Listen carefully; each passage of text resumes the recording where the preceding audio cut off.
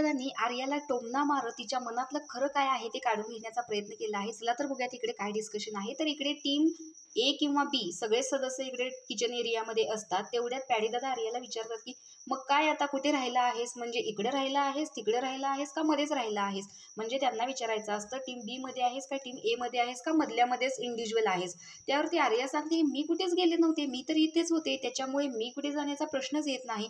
त्यावर पॅडी दादा म्हणतात की नाही अरबाज सोबत होतीस ना म्हणून तुला असं मी विचारतोय।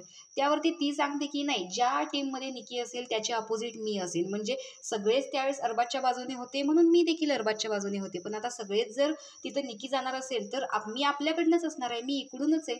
त्यावरती जान्हवी मध्येच म्हणते की हे बघ इकडे कुणी कुणाच्या गेम मध्ये किंवा टीम मध्ये जाण्याचा प्रश्न येतच नाही, कारण आता सगळे इंडिव्हिज्युअल आहेत आणि इंडिव्हिज्युअल खेळलेलंच बेटर। त्यावरती सगळेच ऍग्री होतात आणि मध्येच भडका उठतो की हो आता त्यांची पर्सनल लाईफ आहे, त्यांना जे करायचं आहे त्यांना करू देत, आपण त्याच्यामध्ये नाही पडायचं।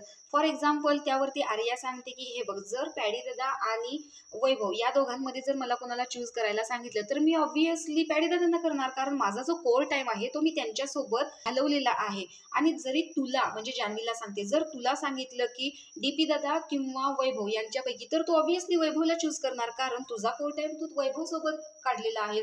तर अशा प्रकारे आपण आपल्याच टीम मेंबरना सिलेक्ट करणार ना, असं इकडे आर्या समजावून सांगत असते। आणि उद्याच हा बॉन्ड जो आहे तो आज पॅडी दादांसोबत आहे तो उद्या डीपी दादांसोबत होऊ शकतो। म्हणजे हा गेम जो आहे तो इथे कोणीही एकाच माणसासोबत नाही राहू शकत। प्रत्येक दिवशी या गेम नुसार प्रत्येकाची इक्वेशन वेगवेगळ्या सदस्यांबरोबर बदलत जात आहेत आणि त्याला सगळेच ऍग्री करतात। तर आता आपण इंडिव्हिज्युअल खेळायचं असं इकडे सगळ्यांचं मत आहे। बघूयात हा निर्णय यांचा किती दिवस टिकतोय, तुम्हाला काय वाटतंय कमेंट बॉक्समध्ये नक्की सांगा। अशाच बिग बॉस अपडेटसाठी आपल्या चॅनलला सबस्क्राईब करा। तोपर्यंत बाय।